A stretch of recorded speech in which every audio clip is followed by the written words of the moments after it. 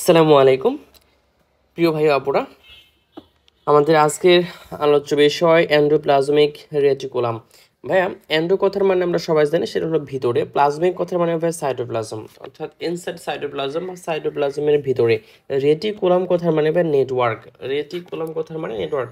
তার মানে endoplasmic reticulum হচ্ছে সাইটোপ্লাজমের ভিতরে একটি নেটওয়ার্ক বা জালিকার মতো একটি অঙ্গাণু, যার নামে বলা হয়েছে এন্ডোপ্লাজমিক রেটিকুলাম। বা এই এন্ডোপ্লাজমিক রেটিকুলাম এটা সাইটোপ্লাজমে থাকে।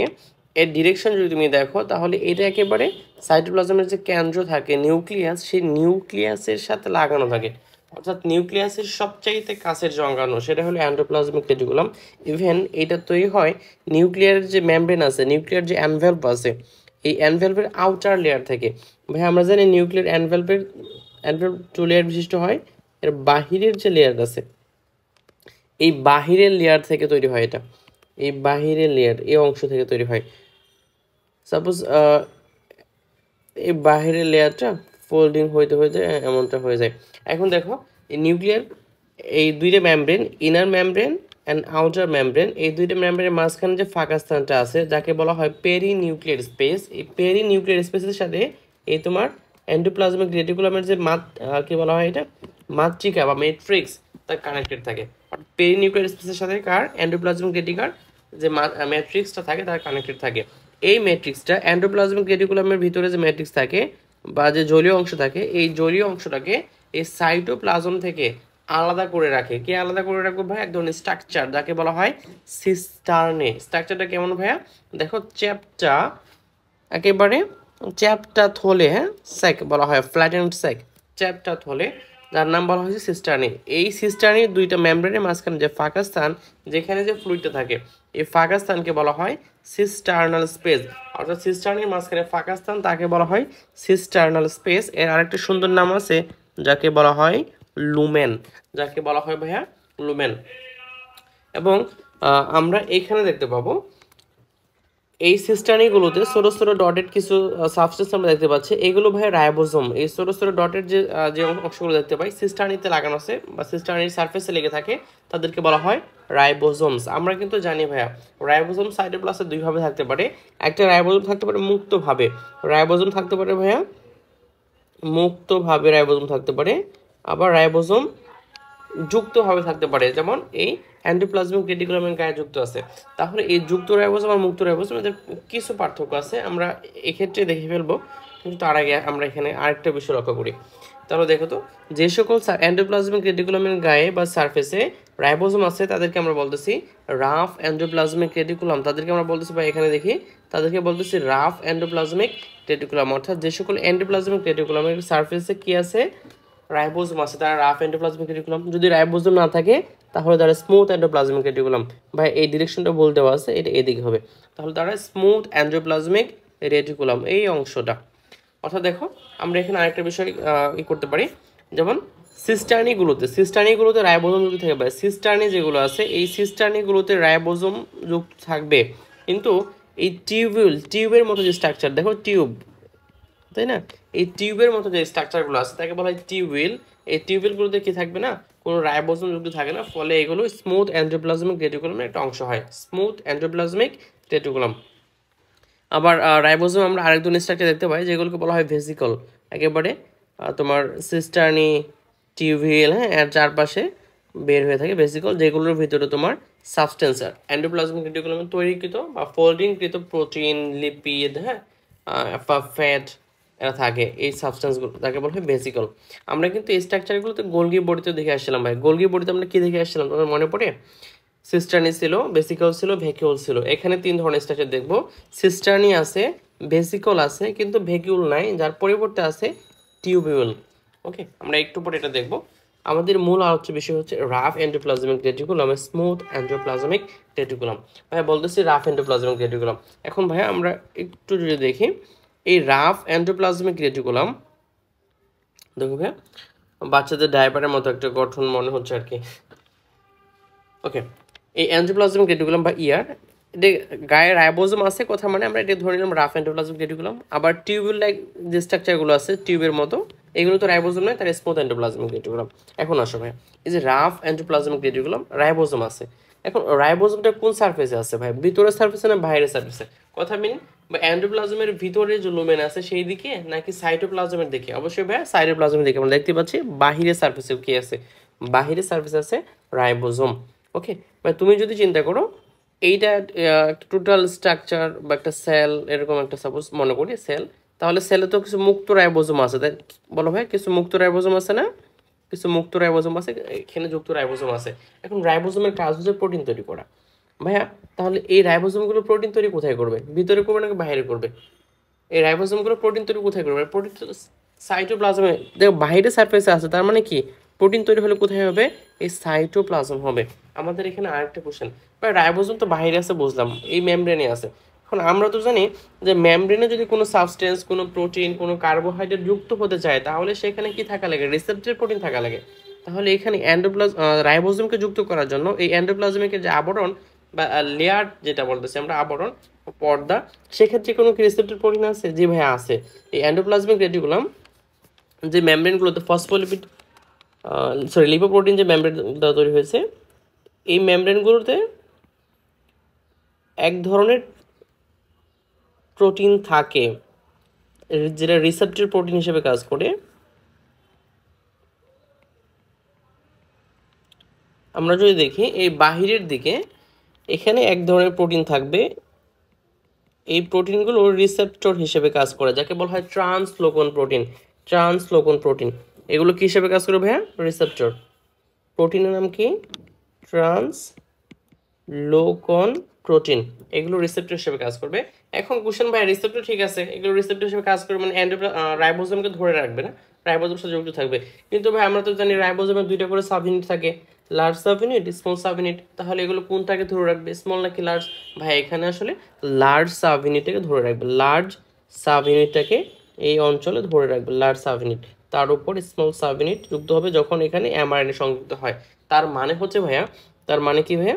মানে হচ্ছে এই অংশগুলোতে কিছু প্রোটিন তো থাকা লাগবে, যে প্রোটিনগুলোর ভিতর দিয়ে এই কি হয় তোমার এমআরএনএ বা সাবস্টেন্স যখন বাইরে আসবে নিউক্লিয়াস থেকে, নিউক্লিয়াস থেকে আসার পর এখানে যে প্রোটিনগুলো তৈরি হবে, এখানে যে প্রোটিনগুলো তৈরি হয় বা পলিপেপটাইড চেইন যে তৈরি হবে, এই পলিপেপটাইড চেইন প্রবেশ করার জন্য ভাই কি থাকা লাগবে?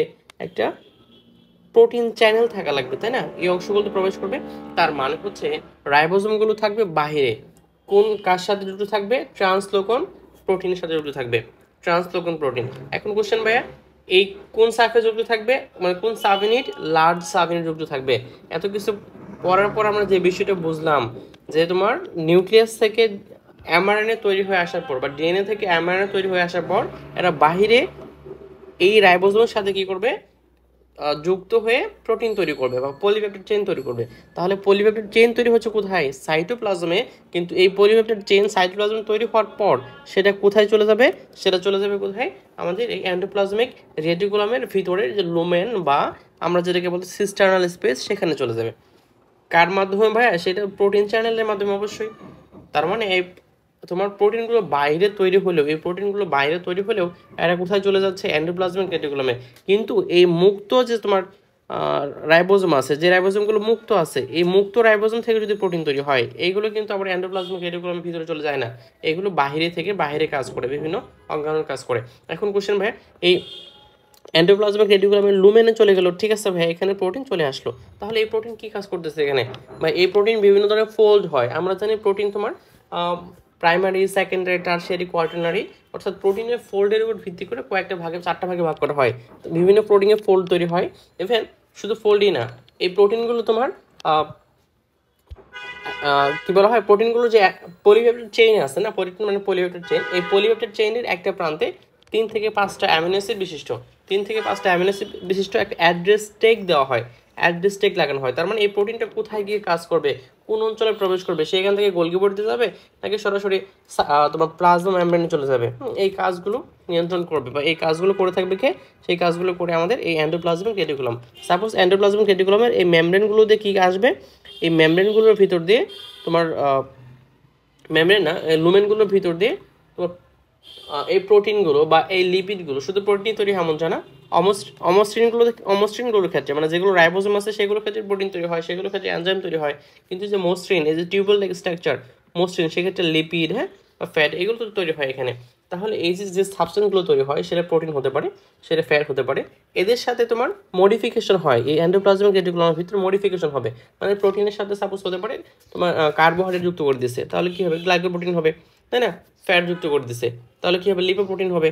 এখন বিষয় হচ্ছে ভাইয়া এইগুলোকে, এই কাজগুলো করে মডিফিকেশন করবে এন্ডোপ্লাজমিক রেটিকুলাম, এইগুলোকে তোমার অ্যাড্রেস ট্যাগ যুক্ত করে দেবে এন্ডোপ্লাজমিক রেটিকুলাম, তারপরে এইগুলো বিভিন্ন অংশকে কাজ করবে। আমরা সচরাচর যে ঘটনাটা জানি সেটা হচ্ছে ভাই এখান থেকে যে সাবস্টেন্সগুলো তৈরি হয় বা যে প্রোটিন বা ফ্যাট যাই তৈরি হোক সেগুলো কি করে ঝিল্লিবদ্ধ হয়, আমরা যাকে ভেসিকল বলে থাকি। সাপোজ ভাইয়া দেখো তো এই চিত্রটা একটু বোঝার ট্রাই করো, অনেক সহজ হবে। এই রাইবোজোম তো বাহিরের দিকে আছে, বাহিরের দিকে তো রাইবোজোম অবশ্যই আছে, তাই না? এই রাইবোজোম বাহিরের জন্য যুক্ত হয় কোন প্রোটিনের সাথে, ট্রান্সলোকন প্রোটিনের সাথে যুক্ত হয়। তার মানে তোমার এন্ডোপ্লাজমিক রেটিকুলামের সারফেসে যুক্ত হলো ট্রান্সলোকন প্রোটিনের সাহায্যে। এখন এখানে বাইরে আবার কি তৈরি হচ্ছে, যেহেতু রাইবোজোম বাইরে তার মানে প্রোটিন তৈরি হচ্ছে বাইরে, এই প্রোটিনটা বাইরে থেকে ভিতরে আসবে, দেখো বাইরে থেকে ভিতরে আসতেছে, এখানে ভিতরে আসার পর এটা কি মডিফিকেশন হবে, মানে বিভিন্ন ফোল্ড হবে, হ্যাঁ, ফোল্ড হবে, তারপর অ্যাড্রেস ট্যাগ যুক্ত হবে।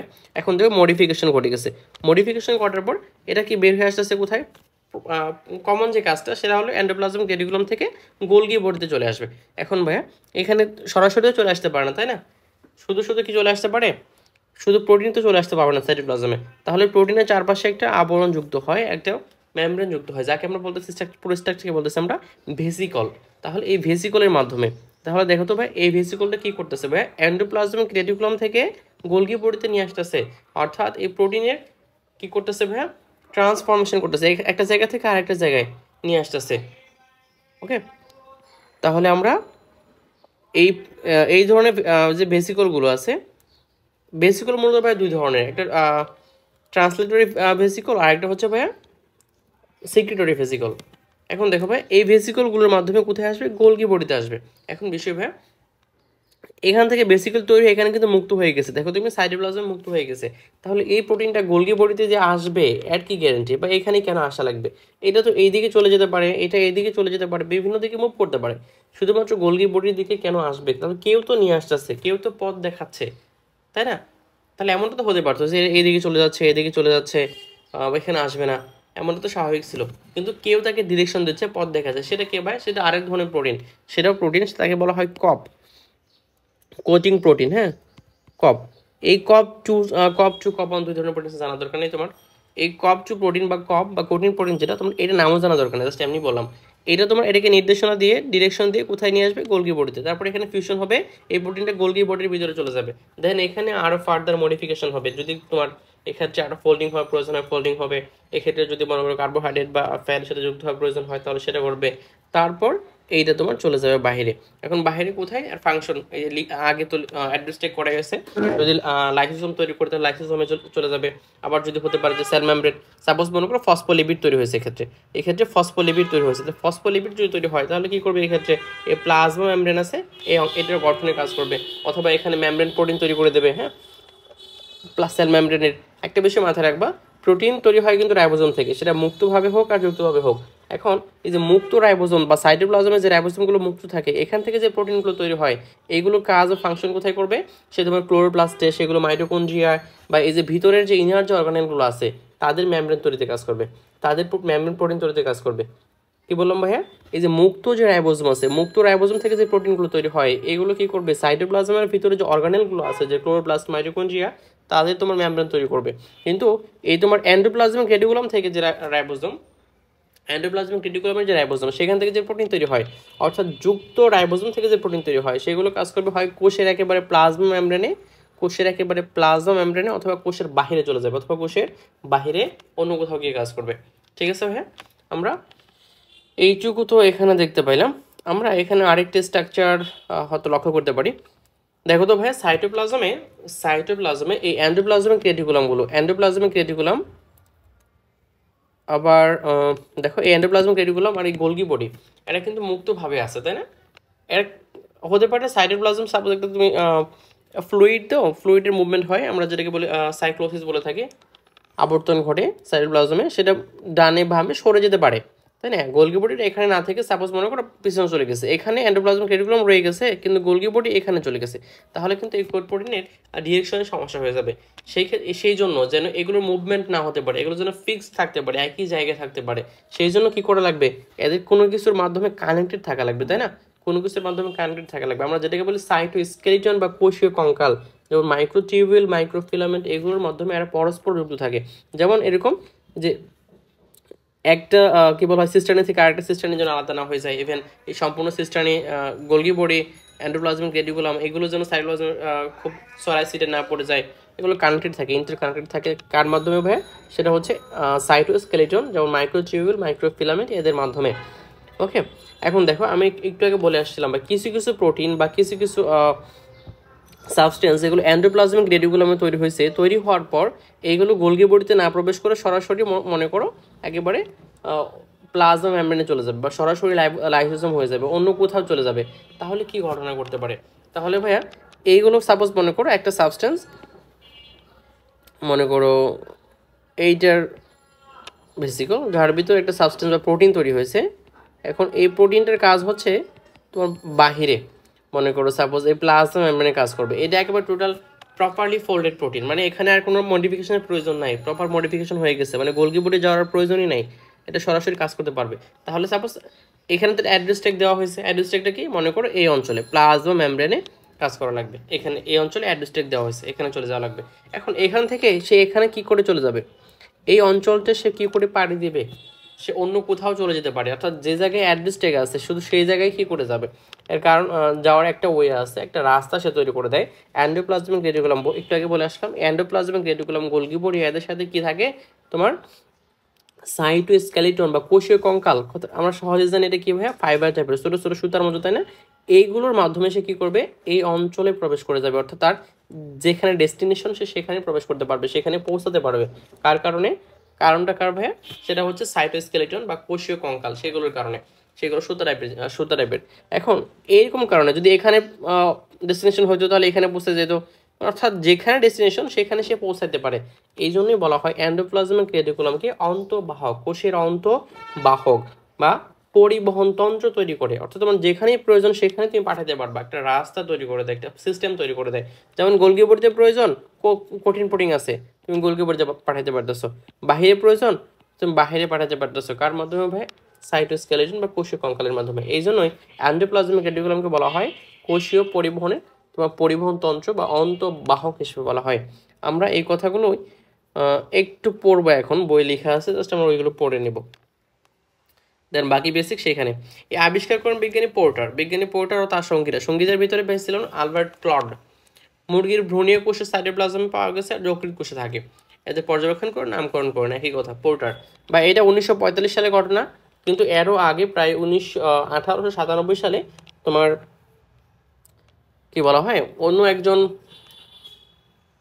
বিজ্ঞানী, তার নাম মনে নেই আমার, সে তোমার লাইট মাইক্রোস্কোপে তোমার এটা দেখেন, স্ট্রাকচারটা দেখেন, কিন্তু প্রপারলি বর্ণনা করতে পারেন না। কিন্তু 1945 সালে বিজ্ঞানী পোর্টার এটাকে তোমার ইলেকট্রন মাইক্রোস্কোপে দেখে যথাযথভাবে বর্ণনা করেন। উৎপত্তি কোথায়? নিউক্লিয়ার মেমব্রেন থেকে, প্লাজমা মেমব্রেন থেকে। সহজ কথা। অবস্থান কোথায় ভাই? অবস্থান দেখো, এই আদিকোষ, স্তন্যপায়ীর লোহিত রক্তকণিকা আর শুক্রাণু ব্যতীত, অর্থাৎ আদিকোষে থাকবে না, আদিকোষে শুধুমাত্র রাইবোজোমই থাকে। স্তন্যপায়ীর লোহিত রক্তকণিকা বা আরবিসি বা লোহিত রক্তকণিকার কাজ একটাই, সেটা হলো কি করা ভাইয়া? অক্সিজেন পরিবহন করা। সেই জন্য থাকা লাগে কি? হিমোগ্লোবিন। এছাড়া আর কোনো স্ট্রাকচারের প্রয়োজন নাই। তাহলে থাকবে একটা জায়গায় শুধুমাত্র, সেটা হলো তাহলে এখানে থাকবে না, আদিকোষে থাকবে না, আরবিসিতে থাকবে না, তাহলে শুক্রাণুতে থাকবে না। শুধু মানুষ না ভাইয়া, কোনো কি বলা হয়, যে কোনো ধরনের শুক্রাণুতে এই তোমার এন্ডোপ্লাজমিক রেটিকুলাম থাকবে না। ভাই তুমি একটু চিন্তা করো, এন্ডোপ্লাজমিক রেটিকুলামের কাজটা কি আসলে? এন্ডোপ্লাজমিক রেটিকুলাম এদের কাজ কি? এদের কাজ হচ্ছে তোমার কোষে প্রোটিন তৈরি করা, ফ্যাট তৈরি করা, যেগুলো কোষের গঠনে সাহায্য করতেছে। বা স্পার্ম বা শুক্রাণু, তার কি এইটার প্রয়োজন আছে? তার নিজের গঠনের প্রয়োজন আছে? অবশ্যই না, তাই না? তার একটাই উদ্দেশ্য, স্পার্ম সেলের একটাই উদ্দেশ্য, এর উদ্দেশ্য একটাই, সেটা হচ্ছে সে যে কোনোভাবেই হোক ডিম্বাণুর সাথে মিলিত হওয়া লাগবে। যদি মিলিত হতে না পারে তাই ধ্বংস হয়ে যাবে। অর্থাৎ উদ্দেশ্য একটাই, তার ডিম্বাণুর সাথে মিলিত হওয়া লাগবে, আর মিলিত হতে না পারলে সে ধ্বংস হয়ে যাবে। এছাড়া আর কোনো কিছু করার নেই, তার গঠন কিছু দেখার দরকার নেই। অর্থাৎ এই কাজগুলো সে করে না। এই জন্য এখানে কি নেই তোমার এই এন্ডোপ্লাজমিক রেটিকুলামে থাকে না। তাহলে তিনটা জায়গায় অ্যাবসেন্ট, আদিকোষে অ্যাবসেন্ট, স্তন্যপায়ী আরবিসিতে অ্যাবসেন্ট, স্পার্ম বা স্পার্মাটোজোয়া, হ্যাঁ এগুলোতে অ্যাবসেন্ট। আর সকল প্রাণীকোষেতে পাওয়া যায়। সবচেয়ে বেশি থাকে কোথায় পায়? সবচেয়ে বেশি থাকবে যকৃতে, অগ্নাশয়ে, অন্তঃক্ষরা কোষে। এখন বিষয় ভাই, যে কোষগুলো তোমার ক্ষরণ বেশি করবে, যে কোষগুলো বেশি ফ্লুইড নিঃসরণ করবে, তাই না, রস বা হরমোন এনজাইম তৈরি করবে, সেই ক্ষেত্রে এন্ডোপ্লাজমিক রেটিকুলাম বেশি থাকবে, স্বাভাবিক বিষয়। যকৃতে কেন বেশি থাকে? দুই ধরনের কাজ। একটা হচ্ছে তোমার যকৃতে বিভিন্ন ধরনের সাবস্টেন্স বা বিষক্রিয়া যে হয়, যে পয়জনগুলো থাকে, সেই পয়জনগুলো ধ্বংস করে, স্পেশালি যকৃত এই অঞ্চলটাতে। অর্থাৎ এই যকৃতে পয়জন ধ্বংস করার জন্য তোমার কি বলা হয়, ডিটক্সিফিকেশনের জন্য এন্ডোপ্লাজমিক রেটিকুলাম খুবই গুরুত্বপূর্ণ ভূমিকা পালন করে। দেখো আমাদের যে পয়জনগুলো হয়, এই পয়জনগুলো যেগুলো তোমার ফ্যাট সোলুবল বা ফ্যাটে দ্রবীভূত হয়, ওই ফ্যাট সোলুবল তোমার পয়জনগুলোকে বা ড্রাগসগুলোকে এই এন্ডোপ্লাজমিক রেটিকুলাম কি করে দেবে জানো? স্পেশালি স্মুথ এন্ডোপ্লাজমিক রেটিকুলাম, মসৃণ এন্ডোপ্লাজমিক রেটিকুলাম ওদের সাথে তোমার OH বা হাইড্রোক্সিল গ্রুপ যুক্ত করে দেয়। ফলে তারা ওয়াটার সলুবল বা পানিতে দ্রবীভূত হয়ে যায়, পানিতে দ্রবণীয় হয়ে যায়। ফলে আমাদের শরীর থেকে ইজিলি কিন্তু সেটা মূত্রের মাধ্যমে বের হয়ে আসতে পারে, তাই না? অর্নিথিন চক্রে প্রবেশ করে সেটা ইজিলি কিন্তু বাইরে বের হয়ে আসতে পারে। এই কারণে এই যকৃৎ কোষে তোমার কি বেশি থাকবে? এই স্মুথ এন্ডোপ্লাজমিক রেটিকুলাম বা এন্ডোপ্লাজমিক রেটিকুলাম, এটা বেশি থাকবে যকৃৎ কোষে। এছাড়া যকৃৎ কোষে বেশি থাকার আরেকটা কারণ হচ্ছে, যকৃৎ কোষ কি তৈরি করে ভাইয়া? রস তৈরি করবে না? সবচেয়ে বড় কথা, সেখানে লিপিড তৈরি হয় যকৃৎ কোষে, কোলেস্টেরল নামে। কোলেস্টেরল তৈরি হয় কোথায় ভাই? যকৃৎ কোষে। তার মানে এই কোলেস্টেরল তৈরি করা কার কাজ জানো ভাই? কোলেস্টেরল তৈরি করা, ফসফোলিপিড তৈরি করা, এগুলো হচ্ছে যেমন এন্ডোপ্লাজমিক রেটিকুলামের কাজ। কোন এন্ডোপ্লাজমিক রেটিকুলাম? মসৃণ না অমসৃণ? অবশ্যই ভাইয়া মসৃণ এন্ডোপ্লাজমিক রেটিকুলাম। এদের কাজ হচ্ছে কি তৈরি করা? তোমার এই সাবস্টেন্সগুলো তৈরি করা, কোলেস্টেরল। আর এই কোলেস্টেরল কি কাজ করে জানো? কোলেস্টেরল আবার আমাদের গোনার যে অঞ্চলগুলো আছে, যেমন শুক্রাশয়, ডিম্বাশয়, হ্যাঁ এগুলোতে প্রবেশ করে হরমোন তৈরি করে, টেস্টোস্টেরন, এস্ট্রোজেন, প্রোজেস্টেরন, এই হরমোনগুলো তৈরি করে, অর্থাৎ স্টেরয়েড হরমোন তৈরি করে। তাহলে দেখো তো ভাইয়া, ডিটক্সিফিকেশন এটা কে করলো? মসৃণ এন্ডোপ্লাজমিক রেটিকুলাম। ডিটক্সিফিকেশন কার মাধ্যমে করলো ভাইয়া? এই OH যুক্ত করার মাধ্যমে যকৃতে করলো। আবার এই স্মুথ এন্ডোপ্লাজমিক রেটিকুলাম আর কি কাজ করলো ভাইয়া? এটা হয়তো কোলেস্টেরল তৈরি করলো, লিপিড তৈরি করলো বা ফ্যাট তৈরি করলো। এখন অগ্নাশয় কেন বেশি থাকে ভাই? অগ্নাশয়ে স্মুথ এন্ডোপ্লাজমিক রেটিকুলাম বেশি থাকে কারণ এখানে ইনসুলিন তৈরি হয় বেশি, ইনসুলিনের জন্য বিটা কোষকে উদ্দীপ্ত করে। তারপর দেখো অন্তঃক্ষরা কোষে এদের সংখ্যা বেশি থাকে, অন্তঃক্ষরা কোষে এদের সংখ্যা বেশি থাকে, কারণ আমরা বলে আসছিলাম যে কোষগুলোতে হরমোন তৈরি হয়, যে কোষগুলোতে তোমার এনজাইম তৈরি হয়, সেখানে বেশি থাকবে এরা, এদের কাজই ক্ষরণ করা। অন্তঃক্ষরাতে হরমোন তৈরি হয়, তার মানে এখানে কি বেশি থাকবে ভাইয়া? স্মুথ এন্ডোপ্লাজমিক রেটিকুলাম বেশি থাকবে। ভৌত গঠন যদি দেখি, গোলকি বডির মতো এন্ডোপ্লাজমিক রেটিকুলামে তিন ধরনের গঠন দেখা যায়: সিস্টার্নি, ভেসিকল, টিউবিউল। সিস্টার্নি থাকবে, ভেসিকল থাকবে, টিউবিউল থাকবে, আমরা দেখে আসছি অলরেডি। রাইবোজোমের উপস্থিতির ভিত্তিতে দুই প্রকার হয়, একটা মসৃণ হয়, অমসৃণ হয়। পড়া দরকার খুব একটা লাগবে বলে মনে হয় না, তুমি জানো এটা। তারপর দেখো এক্ষেত্রে 30-40% লিপিড থাকবে, আর 60-70% কি থাকবে ভাইয়া? প্রোটিন থাকবে। 15 ধরনের প্রায় এনজাইম থাকে ভাই। কত ধরনের? 15 ধরনের প্রায় এনজাইম পাওয়া যায় এক্ষেত্রে। দেখো অমসৃণ এন্ডোপ্লাজমিক রেটিকুলাম, আমরা যদি এই অঞ্চলটা দেখি, যে অমসৃণ এন্ডোপ্লাজমিক যে রেটিকুলাম আছে, অমসৃণ এন্ডোপ্লাজমিক রেটিকুলাম, এক্ষেত্রে প্রোটিন ও এনজাইম তৈরি হয়। প্রোটিন আর এনজাইম একই ধরনের স্ট্রাকচার। অমসৃণ এন্ডোপ্লাজমিক রেটিকুলামে প্রোটিন এনজাইম তৈরি হয় কারণ এখানে রাইবোজোম থাকে। মসৃণ এন্ডোপ্লাজমিক রেটিকুলামে রাইবোজোম তো থাকে না, এক্ষেত্রে কি তৈরি হয়? লিপিড তৈরি হয়, এক্ষেত্রে হরমোন তৈরি হয়, লিপিড হরমোন তৈরি হয়। কোন ধরনের হরমোন ভাই? Specially steroid hormone, steroid steroid hormone তৈরি হয় এই ক্ষেত্রে। তারপরে আসো আমরা যদি একটু কাজ দেখি, তাহলে কাজগুলো কি কি হতে পারে? এন্ডোপ্লাজমিক রেটিকুলাম কাঠামো গঠন, সরি, এন্ডোপ্লাজমিক রেটিকুলামের কাজ হচ্ছে কি করা ভাই? কাঠামো গঠন করা। কার কাঠামো? সাইটোপ্লাজমের কাঠামো গঠন করে প্রোটোপ্লাজমের যান্ত্রিক দৃঢ়তা দেয়। আমরা বলে আসছিলাম কিভাবে গঠন করে। এই এন্ডোপ্লাজমিক রেটিকুলাম নিজেই কিন্তু একটা নেটওয়ার্ক, নিজেই কিন্তু একটা জালিকা, তার সাথে আবার কে যুক্ত হয়? সাইটোস্কেলিটন। বললাম না যে বিভিন্ন ধরনের কি বলা হয়, ঝিল্লিবদ্ধ তোমার ফসফেট লিপিড, ফসফোলিপিড বা ফ্যাট, এদেরকে বিভিন্ন স্থানে স্থানান্তরিত করতে যে তোমার সাইটোস্কেলেটন বা কোষীয় কঙ্কাল সাহায্য করে, তারা কিন্তু সবাই এই এন্ডোপ্লাজমিক রেটিকুলামের সাথে যুক্ত। এই জন্যই বলা হয়েছে কাঠামো গঠন করে, যান্ত্রিক দৃঢ়তা প্রদান করে। অমসৃণ এন্ডোপ্লাজমিক রেটিকুলাম প্রোটিন তৈরি করে, রাইবোজোম থেকে উৎপন্ন প্রোটিন পরিবহনে ভূমিকা পালন করে। এবং এই প্রোটিনের কি করে? তোমার প্রোটিনের সাথে বিভিন্ন সাবস্টেন্স যুক্ত করে দেয়, যেমন প্রোটিন, ফ্যাট, অর্থাৎ গ্লাইকোপ্রোটিন, গ্লাইকোলিপিড তৈরি করে ফেলে, লিপোপ্রোটিন। তারপর কোষ প্রাচীরের জন্য সেলুলোজ তৈরি করে। তারপরে দেখো রাইবোজোম ও গ্লাইওক্সিজমের ধারক হিসেবে কাজ করে।